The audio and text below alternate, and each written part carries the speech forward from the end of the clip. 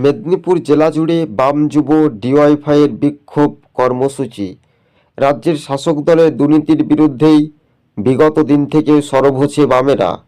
এদিন বাম যুবনেত্রী মীনাক্ষী মুখার্জিও তিনি মেদিনীপুরের যে মেডিকেল কলেজ হাসপাতাল চত্বরে জাল ওষুধ শাসক দলের মদতে চলছে এবং প্রসূতি রোগীর মৃত্যু হয়, আর এরই প্রতিবাদ জানিয়ে রাজ্যের শাসক দলকে তীব্র কটাক্ষই বাম যুবদের ঢল রীতিমতো পশ্চিম মেদিনীপুর জেলা জুড়ে।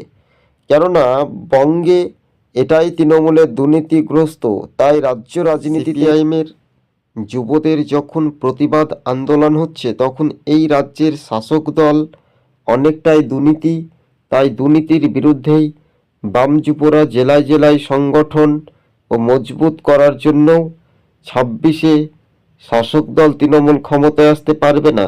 কথাতেই বলে শীত গ্রীষ্ম বর্ষা, বামপন্থীরাই মানুষের ভরসা।